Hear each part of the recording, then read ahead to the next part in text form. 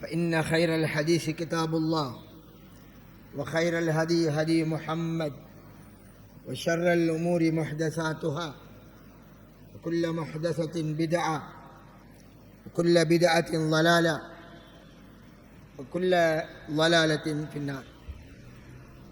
அன்பிற்குரிய இஸ்லாமிய சகோதரர்களே சகோதரிகளே,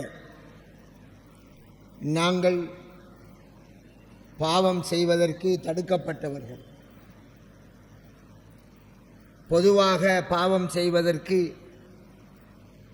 எல்லா காலங்களிலும் நாங்கள் தடுக்கப்பட்டாலும் குறிப்பான அறவே பாவம் செய்து கொள்ள வேண்டாம் என்கிற அடிப்படையில் அல்லாஹ் குறிப்பாக்கியும் சொல்லியுள்ளார். ஏனென்றால் மனிதன் பலகீனமானவன்.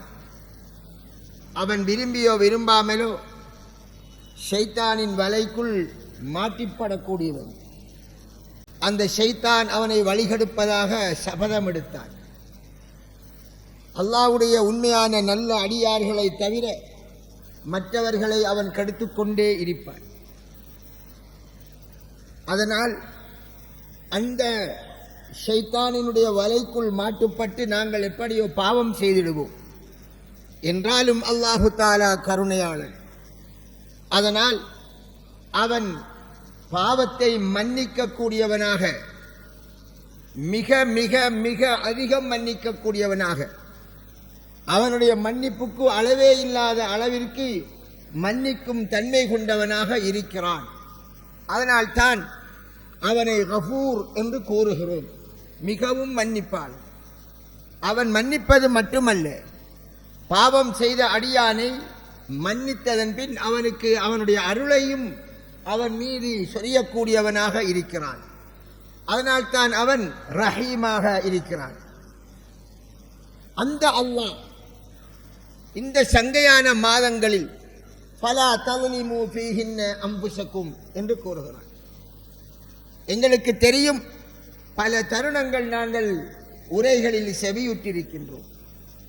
அல்லாஹு தஆலா காபத்துல்லாவை நீங்கள் சங்கைப்படுத்துகின்ற மாதிரி, மதீனா நகரத்தை சங்கைப்படுத்துகின்ற மாதிரி இடங்களால் சங்கைப்படுத்தப்பட்ட இடங்கள், அங்கே நீங்கள் பாவம் செய்ய மாட்டீர்கள் அல்லவா, அல்லது பாவம் செய்வதில் மிகவும் பயர்வீர்கள் அல்லவா, அதே மாதிரி சில மாதங்களையும் சங்கையான மாதங்களாக ஆக்கி இந்த மாதங்களில் நீங்கள் பாவம் செய்து விடாதீர்கள் என்பதை அல்லாஹ் குர்ஆனின் மூலமாக தெளிவாக கூறுகிறான்.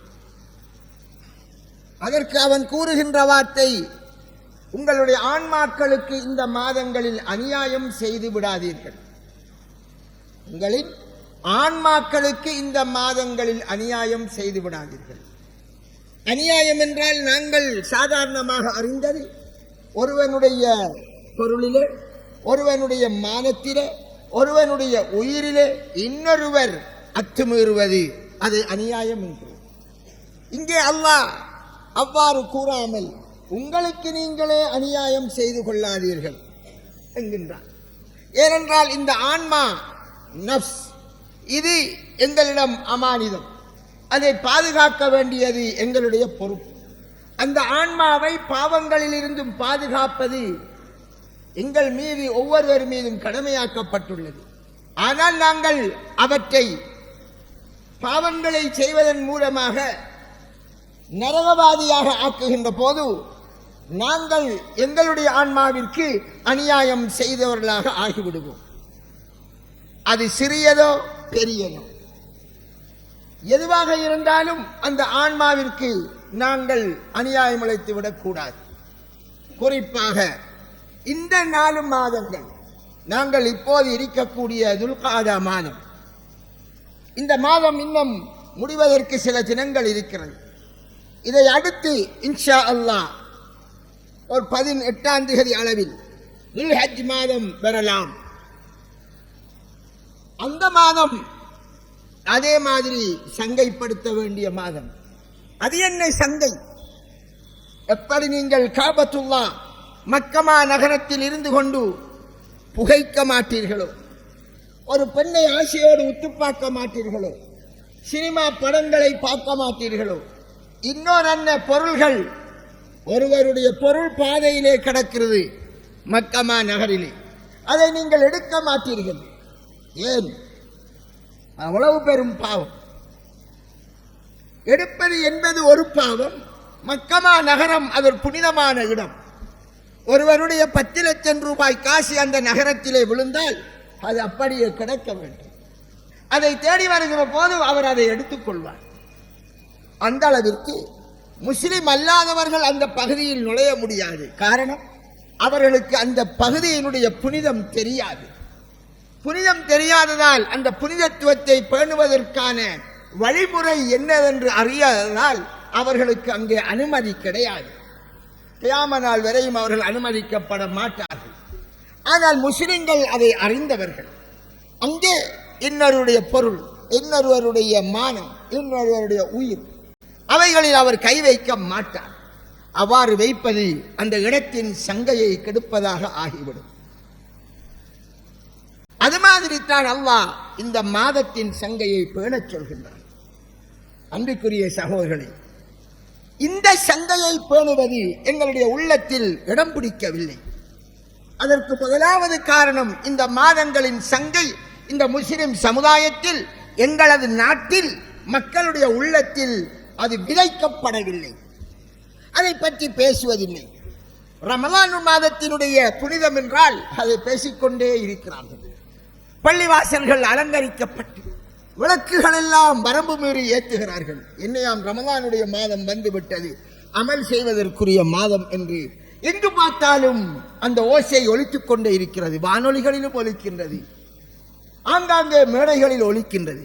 ரமலான் மாதம் என்பது இந்த உம்மத்திற்கு மட்டும் சங்கையாக்கப்பட்ட மாதம். முந்தி வந்த சமுதாயங்களுக்கு அல்லாஹு தஆலா ரமலான் மாதத்தில் நோன்பை கடமையாக்கினான் என்று சொல்லவில்லை, நோன்பை கடமையாக்கி இருக்கிறான். நோன்பு கடமையாக்கப்பட்டதால் குர்ஆன் இந்த மாதத்தில் இறங்கியதால், அது ரசூலுல்லாஹ்விற்குத்தானே குர்ஆன் இறங்கியது. இந்த மாதம் ரமலான் மாதம் சங்கையானது. ஆனால் அல்லாஹ் அல் குர்ஆனில் சொல்லிவிட்டார், வானங்களும் பூமியும் படைக்கப்பட்ட அந்த நாளையில் தனிமையில் அல்லாஹ் இருந்தான். 6 நாள்களில் வானங்களையும் பூமியையும் படைத்தான். خلق السماوات والارض في 6 ايام. அந்த காலத்தில் அது எத்தனை கோடி வருடம், எத்தனை பில்லியன் வருடம் யாருக்கும் தெரியாது. அப்போதிருந்து அல்லாஹ் காலம் அதை முன்வைத்து விட்டான்.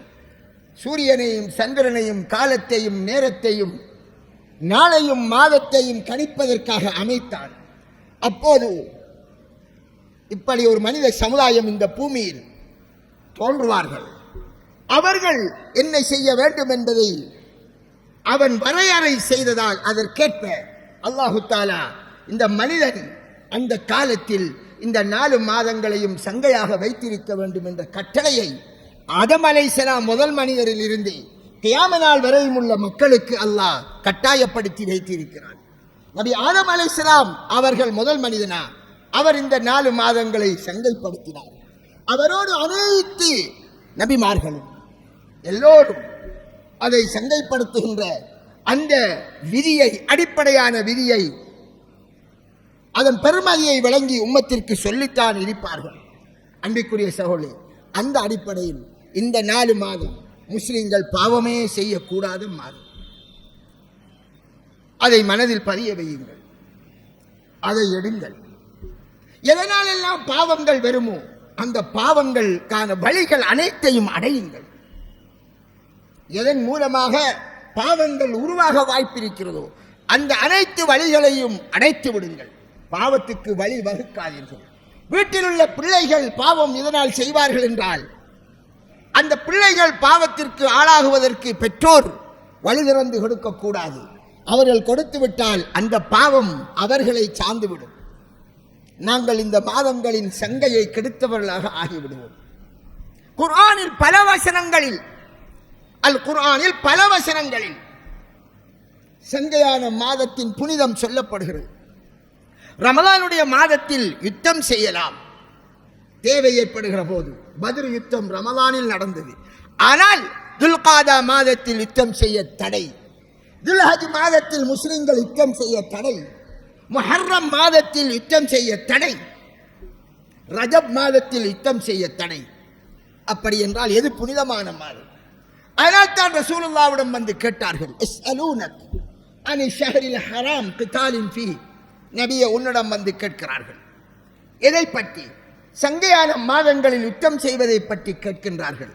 நீ கூறு, குல் கிதாலுன் ஃபீஹி கபீர். இந்த மாதங்களிலே யுத்தம் செய்வது மாபெரிய பாவம் என்று கூறுவீராக. அப்ப அறவே யுத்தம் செய்யக்கூடாதா? அஷ்ஷஹ்ருல் ஹராமு பிஷ்ஷஹ்ரில் ஹராம் வல் ஹுருமாத்து கிஸாஸ். அவர்கள் வரம்பு மீறி வந்து, முஸ்லிம் அல்லாதவர்கள் படையெடுத்து வந்து முஸ்லிம்களை எதிர்த்து முஸ்லிம்களை அழிப்பதற்கு இந்த சங்கையான மாதத்திற்குள் அவர்கள் களமிறங்கினால் அப்போது அல்லாஹ் அனுமதிக்கிறான். فَمَنْ اعْتَدَى عَلَيْكُمْ فَاعْتَدُوا عَلَيْهِ بِمِثْلِ مَا اعْتَدَى عَلَيْكُمْ. இந்த சங்கையான மாதத்தின் சங்கையை கிழித்துக் கொண்டு அவர்கள் வரம்பு மீறி வந்தால் அவர்கள் வந்த அளவிற்கு அவர்களுக்கு பதிலடி கொடுங்கள், அந்த எல்லையோடு நின்று கொள்ளுங்கள். என்னழகாக சொல்கிறது. இந்த வசனத்தில் எத்தனையோ படிப்பினை இருக்கிறது. அன்பிற்குரிய சகோதரி, அந்த அளவிற்கு புனிதம் நிறைந்த மாதம், ஒருவருக்கு ஏசக்கூடாத மாதம், ஒருவருடைய சொத்தில் கை வைக்கக்கூடாத மாதம், ஒருவரின் மானத்தில் கை வைக்கக்கூடாத மாதம், மனைவிக்கு அல்லது கணவனுக்கு அவர்களுக்கிடையில் கெட்ட வார்த்தை பேசக்கூடாத மாதம், பிள்ளைகள் வாலிபர்கள் அவர்களுக்கிடையில் சண்டை சச்சரவுகளில் ஈடுபடக்கூடாத மாதம். இப்படி பாவம் என்ற எந்த பாவமாக இருந்தாலும் எதுவுமே முஸ்லிம்கள் செய்யவே கூடாது என்று வலியுறுத்தப்பட்டு கட்டளையாக சொல்லப்பட்டு, குறிப்பாக அல்லாஹ்வினால் இந்த பாவங்களால் உங்களின் ஆன்மாக்களுக்கு அநியாயம் இழைத்து விடுவீர்கள் என்று சொல்லப்பட்ட மாதம். அப்படி என்றால் பாவமே செய்யவில்லை என்றால் எதை செய்வார்கள்? நன்மைகளை மட்டும்தான் இந்த மாதங்களில் செய்வார்கள். அன்பிற்குரிய சகோதரர், அதிலும் குறிப்பாக நன்மைகள் செய்வதை பற்றி குறிப்பாக சில நாட்கள் வந்துதான் இருக்கிறது. ரமலானுடைய மாதம், அதில் இரவையில் நின்று வணங்குவதை பற்றி சிலாகித்து கூறப்பட்டது. இரவையில் நின்று வணங்குவது, அங்கே புகழ் அந்த மாதத்தில் இரவு வணக்கத்திற்கு குறிப்பாக சொல்லப்பட்டது. ஆனால் தான் யார் இந்த ரமலானுடைய இரவையில் நின்று வணங்குகிறாரோ அல்லாஹ் அவருடைய பாவங்களை மன்னிக்கின்றான்.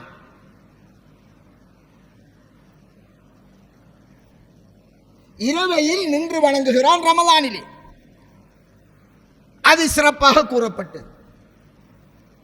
அதே மாதிரி லைலத்துல் கத்ர் இரவையிலே நின்று வணங்குகிறான், அது சிறப்பாக கூறப்பட்டது.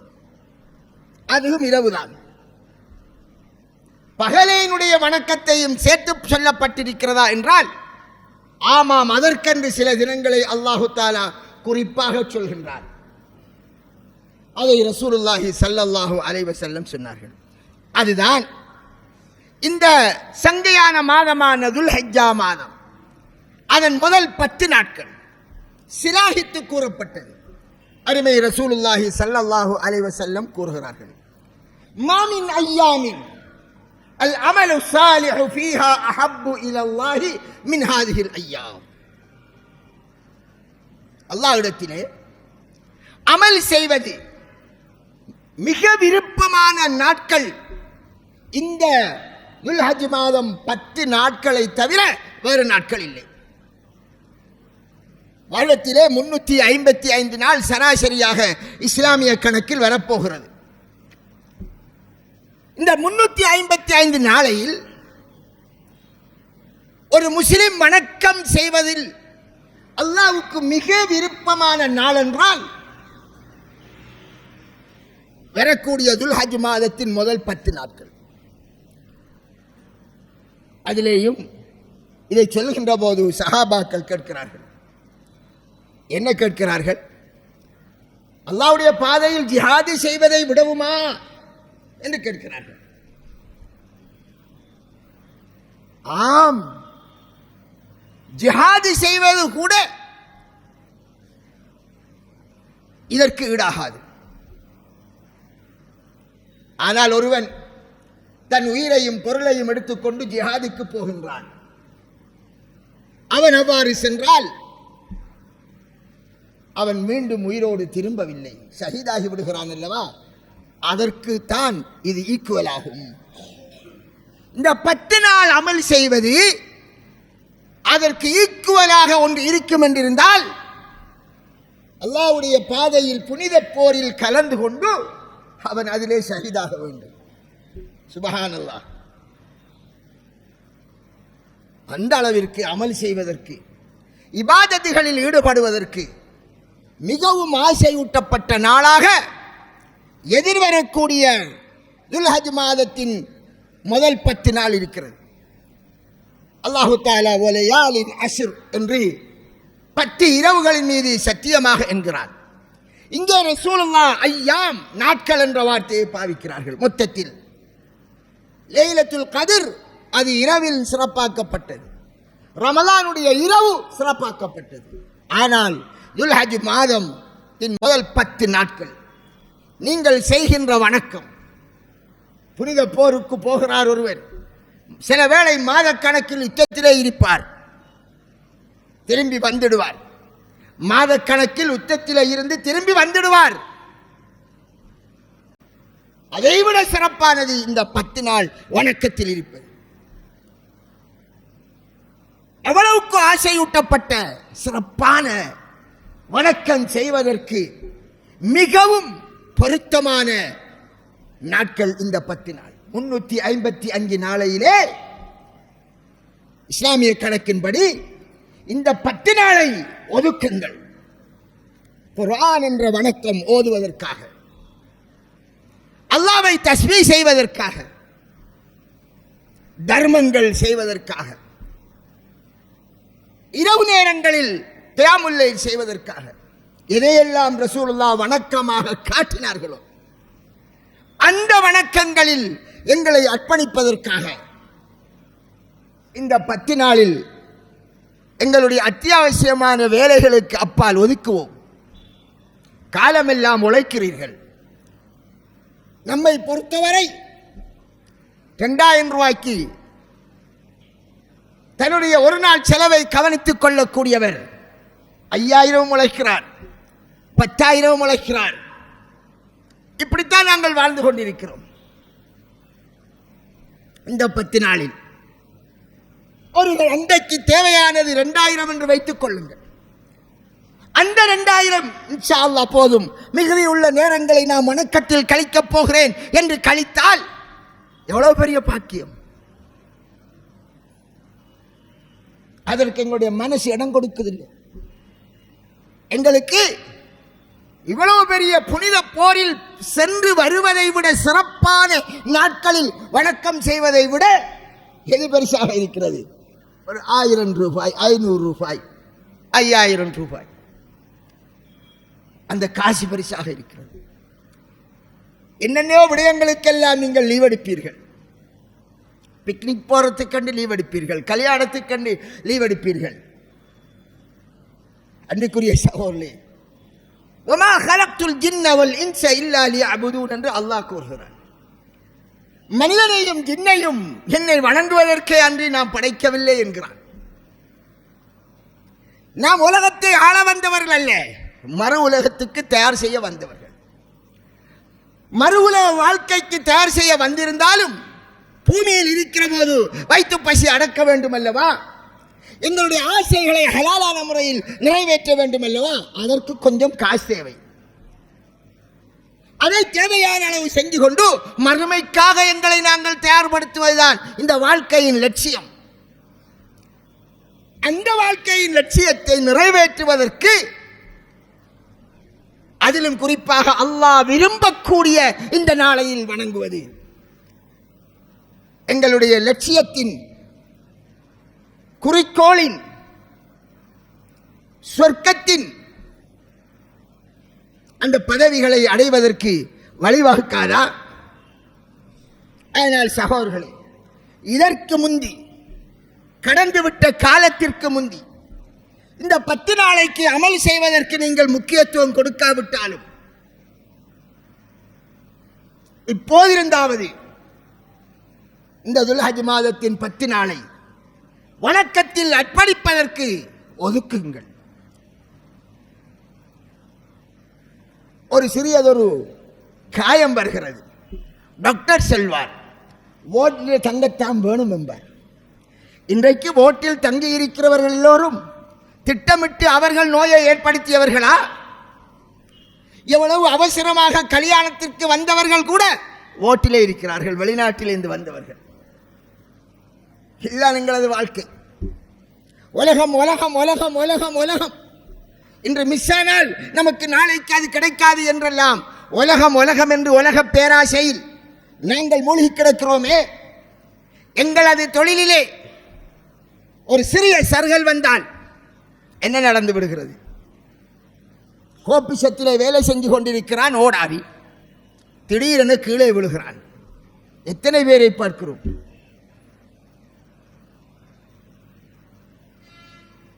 உதாரணத்துக்கு சொன்னேன்.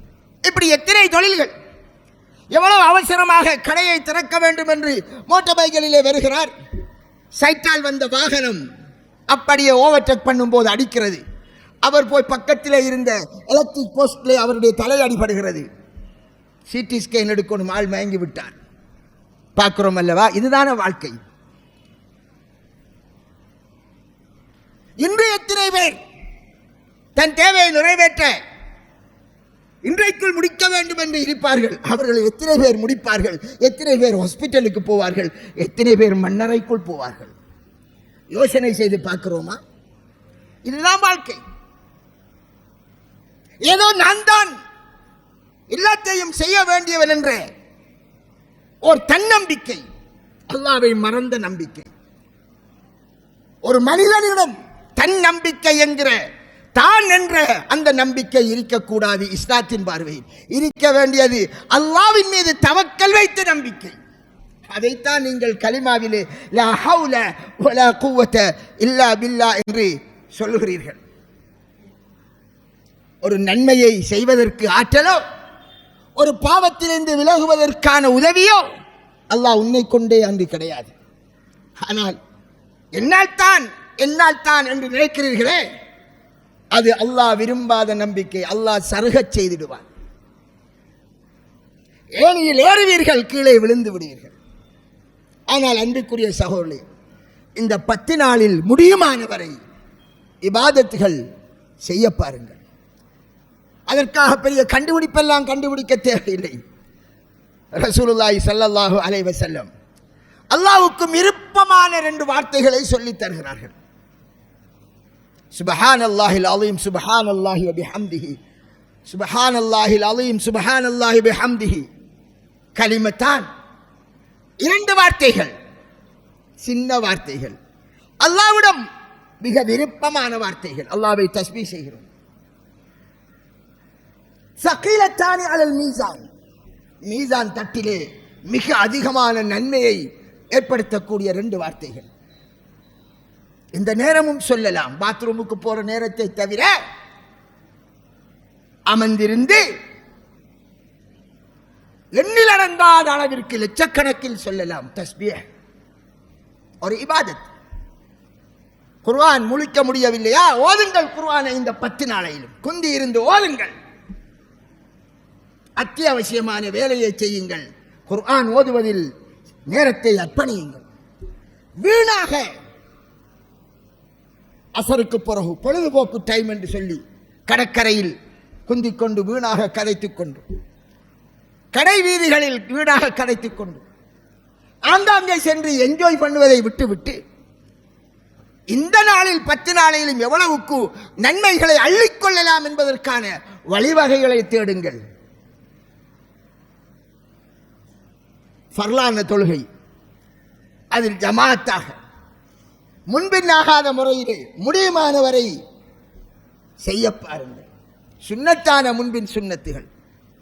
இப்படி ரசூலுல்லாஹி ஸல்லல்லாஹு அலைஹி வஸல்லம் காட்டி தந்த வணக்க வழிபாடுகளை இந்த 10 நாளையில் இன்ஷா அல்லாஹ் எது வரும் 18ஆம் தேதி துல்ஹஜ் மௌலாவது நாளாக இருந்தால் அதிலிருந்து முதல் 10 நாள் ஹஜ் பெருநாளுடைய அந்த நாள் வரை அமல் செய்வதற்கு எண்ணுங்கள். இதிலே ரசூலுல்லாஹி ஸல்லல்லாஹு அலைஹி வஸல்லம் அந்த 10 நாளும் நோன்பு பிடித்தார்கள் என்று ஒரு ஹதீஸ் வருகிறது. அது லைஃபான ஹதீஸ். ஏன் அதை குறிப்பாக கூறுகிறேன் என்றால், சிலர் அந்த ஹதீஸ் லைபானது என்று அறியாமல் இந்த துல்ஹஜ் மாதம் 9 நாளும் தொடராக நோன்பு பிடிப்பது சுன்னத்தி, ரசூலுல்லாஹ் பிடித்தார்கள் என்று சொல்லுகிறார்கள். அவ்வாறு ரசூலுல்லாஹ் பிடியுங்கள் என்று கட்டளையிடவும் இல்லை, அவர்கள் தொடராக பிடிக்கவும் இல்லை. நோன்பு பிடிப்பது சுன்னத்தை பொதுவான விடயம். ஒருவர் வளமையாக திங்கள் வியாழன் பிடித்து வருகிறாரா, அது ரசூலுல்லாஹ்வினால் நன்மை தரக்கூடிய என்று சொல்லப்பட்டதால் பிடியுங்கள். குறிப்பாக இந்த நாளில் சுன்னத்தாக பிடித்து வருகின்றவர் பிடிக்கலாம். தனியே ரசூலுல்லாஹ் வெள்ளிக்கிழமை நாளையில் மட்டும் நோன்பு பிடிக்க வேண்டாம் என்று தடை செய்தார்கள். வெள்ளி பிடிப்பதென்றால் அவர் வியாழன் சேர்த்து பிடிக்க வேண்டும். அதற்குள் அரபாவுடைய நோன்பும் வருகிறது. ஆக சகோதரர்களே, இந்த 10 நாளை இந்த முறை எப்படி வணக்க வழிபாடுகளில் நாங்கள் செலவழிக்கலாம், நன்மைகளை அள்ளிக்கொள்வதில் அதற்கான வழிவகைகளை தேடலாம் என்று உங்களது மனைவிமாரோடு சேர்ந்து டிஸ்கஷன் பண்ண பாருங்கள். நாம் என்னத்துக்கெல்லாம் டிஸ்கஷன் பண்ணுறோம் இல்லையா? வீடு கட்டுறென்றால், ஒரு ரூம் கட்டுறென்றால், ஒரு பாத்ரூம் கட்டுறென்றால் எத்தனை டிஸ்கஷன் அவசரோட நடக்கும். சில இடத்துல டிஸ்கஷன் நடக்காது, அவ எடுக்கிற முடிவில் தான் எல்லாம் நடந்துக்கு போகும். இது ஒரு கணவனின் பொறுப்பு, மனைவியை இபாதத்துக்குள் ஈடுபடுத்துவது, பிள்ளைகளை நெறிப்படுத்துவது. ஆனால் அன்பிற்குரிய சகோதரி, இந்த 10 நாள்கள் எங்களது வீடுகளிலே குர்ஆன் ஓதுவதால், அல்லாஹ்வை திக்ர் செய்வதால், இன்னொரு தொழுகை போன்ற வணக்கங்களினால், அல்லாஹ்விடம் பிரார்த்தித்து பாவ மன்னிப்பு கேட்கின்ற அந்த அழகான வணக்கத்தினால், தர்மம் செய்வதனால், இப்படி என்னென்ன வணக்கங்கள் எல்லாம் ரசூலுல்லாஹ் சொன்னார்களோ அந்த வணக்கங்களை அதிகம் அதிகம் செய்வோம். புனித போரில் கலந்து அதில் ஒருவர் ஷஹீதானால் அதற்கு ஈக்குவலான ஒரு இபாதத்துடைய காலமாக இருப்பது. அல்லாஹ் நம் அனைவருக்கும் அந்த பாக்கியத்தை தருவானார். அன்பிற்குரிய சகோதரர்களே, அல்லாஹு தஆலா இந்த உலகத்திலே நபிமார்களை அனுப்பினான். எதற்காக அனுப்பினான்? அந்த அல்லாஹ் மட்டும் வணங்கப்பட வேண்டும் என்கின்ற செய்தியை இந்த மனித குலத்திற்கு எட்டி வைப்பதற்காக அவன் அனுப்பி வைத்தான். அதற்காக அந்த நபிமார்கள் அடிக்கப்பட்டார்கள், கொல்லப்பட்டார்கள், அவர்கள் சொந்த ஊரை விட்டு விரட்டப்பட்டார்கள், அவர்கள் ஓய்வு வரவில்லை. எல்லா நபிமார்களும் இந்த பூமியிலே ஆட்சியை நடத்தவில்லை. எல்லா நபிமார்களும் இந்த பூமியிலே படைகளை எடுத்துச் சென்று யுத்தம் செய்யவில்லை. ஆனால் எல்லா நபிமார்களும் அல்லாஹ் எந்த நோக்கத்தை மனிதனுக்கு நோக்கத்தின் மீது மனிதனை படைத்தானோ அந்த நோக்கத்தை எட்டி வைப்பதில் தங்களுடைய கடமையை செய்து கொண்டே இருந்தார்கள். ரசூலுல்லாஹி ஸல்லல்லாஹு அலைஹி வஸல்லம் அவர்கள் மரணிப்பதற்கு முன் வசியத் செய்தார்கள். என்ன செய்தார்கள்? பல்லிகு அன்னி வலவ் ஆயா, ஒரு விஷயமாக இருந்தாலும் என்னை தொட்டும் உங்களுக்கு தெரிந்திருந்தால் எத்தி வையுங்கள் என்றார்கள். மார்க்கம், அதை கற்றுக்கொள்வதும் அதை அடுத்தவருக்கு எத்தி வைப்பதும் ஒரு சிறந்த வணக்கம். குர்ஆனை ஒருவர் கற்கிறார், அடுத்தவருக்கு போதிக்கிறார். நபிகளுடைய செய்தியை கற்கிறார், அடுத்தவருக்கு போதிக்கிறார். ஒரு விஷயமாக இருக்கிறது, அது ஒரு இபாதத். அல்லாஹ் அதற்கு நிறைந்த நன்மைகளை தருவார். நீங்கள் உங்களை சற்று சிந்தித்து பாருங்கள். நேற்று நான் இருந்ததை விட இன்று மேலதிகமாக ஒரு ஹதீஸை படித்திருக்கிறேனா என்று யோசியுங்கள். ஆயிரக்கணக்கானவர்கள் வருகிறீர்கள். இந்த 1000-ல் எத்தனை பேர் நேற்றில்லாமல் இன்று நான் ஒரு ஹதீஸை படித்திருக்கிறேன் என்று சொல்லக்கூடியவர்கள் இருப்பீர்கள்? யோசியுங்கள் பார்த்து. ரசூலுல்லாஹ்வுடைய காலத்தில் ஒரு ஹதீஸை அறிய வேண்டும் என்றிருந்தால் நபிகளாரிடம் போக வேண்டும். அவர் எப்போது சொல்லுவார்கள் என்று காத்திருக்க வேண்டும். சஹாபாக்களின் காலம், அருமை ரசூலுல்லாஹ்வின் மரணத்தின் பின் சஹாபாக்கள் உலகமெல்லாம் கலைந்து விட்டார்கள். ஒரு நபிமொழியை அறிவதற்காக அந்த சஹாபியை தேட வேண்டும். ஒரு சஹாபியிடம் இருக்கின்ற 10 ஹதீஸை எடுத்தால் அடுத்த 10 ஹதீஸுக்காக இன்னொரு சஹாபியை தேட வேண்டும். இப்படி அலைந்து அலைந்து அலைந்து ஒட்டுமொத்த ஹதீஸ்களை திரட்ட வேண்டும் என்று ஆசைப்பட்ட மாணவர்கள் அவர்கள் மதீனாவில் எல்லா ஹதீஸையும் திரட்ட முடியவில்லை. காரணம், மதீனாவில் இருந்த சஹாபாக்கள் உலகமெல்லாம் பரவி விட்டார்கள். நபிமொழியை தேட வேண்டும். ஏன்? அது எங்கள் சொர்க்கத்துக்கு வழிகாட்டுகிறது. அதனால் நாம் மதீனாவில் இருந்து மட்டும் தேட முடியாது. மக்காவிற்கு போவோம், எகிப்துக்கு போவோம், சிரியாவிற்கு போவோம், ஈராக்கிற்கு போவோம், யமனுக்கு போவோம். இப்படி ஒவ்வொரு பிரதேசமாக ரசூலுல்லாஹ்வுடைய பொன்மொழிகளை தேடி அலைந்தார்களே, அவர்கள்தான் அன்று மாணவர்கள். நாங்கள் இப்போது கையிலே புகாரியை வைத்திருக்கிறோம், குர்ஆனை வைத்திருக்கிறோம். அந்த குர்ஆன் இன்று மொழிபெயர்ப்பாகி கையிலே வந்திருக்கிறது. ஒவ்வொரு நாளும் ஒரு பக்கமாவது நான் எடுத்து அந்த குர்ஆன் சொல்லுகின்ற செய்தியை பார்த்து அதிலிருந்து பெற வேண்டிய படிப்பினையை, கல்வியை பெறுகிறேனா? இல்லை. மிக சொற்பமானவர்களே. ரசூலுல்லாஹ் என்னெல்லாம் சொன்னார்களோ உங்களுக்கு ஸல்லல்லாஹு அலைஹி வஸல்லம், அதையெல்லாம் அன்று உலகமெல்லாம் சேர்ந்து திரட்டி அந்த இமாம்கள் வகுத்து தந்திருக்க உங்களின் கைகளில் அது வந்து சேர்ந்திருக்கிறது. சிலர் புகாரி, முஸ்லிம் கிரந்தத்தை வாங்கி கபட்டில் வைத்திருக்கிறார்கள், என்னிடமும் இருக்கிறது. ஆனால் அதை வைத்து எடுத்து பார்ப்பதில்லை. அவர் பார்க்க நேரம் இல்லை. அதே நேரம் இந்த போனிலே குந்திக்கொண்டு எத்தனை மணித்தியாலம் எத்தனை நியூஸை பார்க்கிறீர்கள், அத்தனை நியூஸுக்கும் நேரம் கொடுக்கிறீர்கள். அதை பார்க்காவிட்டால் உங்களுக்கு தூக்கம் இல்லை. குறைஞ்சபட்சம் தூங்கும் போதாவது எவ்வளவு பிஸி என்றாலும் பார்க்கிறீர்கள். யாருடைய செய்தியை? நாட்டில் எவரெவரோ சென்ற செய்தியை. அந்த ரப்பு தஆலா உங்களுக்கு அனுப்பி வைத்த இந்த செய்தியை படிப்பதற்கு உங்களுக்கு நேரம் இல்லை. அருமை ரசூலுல்லாஹ் உயிரை விட மேலானவர் என்கிறீர்கள். அவருடைய பொன்மொழிகளை ஒன்றை இன்று நாம் படிப்போம் என்று ஒரு நாளைக்கு ஒரு பொன்மொழி நான் வாசிக்கிறேன், விளங்குகிறேன் என்று படிப்பதற்கு சந்தர்ப்பம் நிறைந்திருக்கிறது. படிக்க நேரம் இல்லை. இப்படியாக நாங்கள் ஆகிவிட்டோம். ஆனால் சகோதரர்களே, மார்க்கத்தை கற்பதும் கற்றுக் கொடுப்பதும் ஒரு இபாதத். இந்த 10 நாளில் உங்களுடைய நேரத்தை இதற்கு ஒதுக்குங்கள். இல்மை படிப்பதற்கு புகாரி கிரந்தத்தை 10 நாளில் அழகாக வாசித்து முடித்து விடலாம். இந்த தர்ஜுமத்துல் குர்ஆனை ஒரு தரமேனும் வாசித்து முடித்து விட, அது ஒரு இபாதத். தொடர்ந்து விக்ர் செய்வதற்கு உங்களுக்கு கஷ்டமாக இருக்கும். குர்ஆன் ஓதுவதற்கு மனம் சோர்வடையலாம். ஒன்றிலே இருப்பதற்கு ஒவ்வொன்றாக எத்தனை வகையான இபாதத்துகள் இருந்தாலும் கல்வியை கற்பதும் ஒரு இபாதத், மிக சிறந்த இபாதத்துகள். அதை அடுத்தவருக்கு சொல்வதற்கு அதிலே நீங்கள் உங்கள் பிள்ளைகளை சேர்த்துக் கொள்ளுங்கள், உங்கள் மனைவியரை சேர்த்துக் கொள்ளுங்கள். ஒரு ஹதீஸை வாசித்து விட்டு அது வாசிக்கிற போது சிலருக்கு வாசிப்பே ஒரு டேஸ்ட் ஆகிவிடும். ஒரு பானத்தை குடிப்பதை விட டேஸ்டாக இருக்கும்.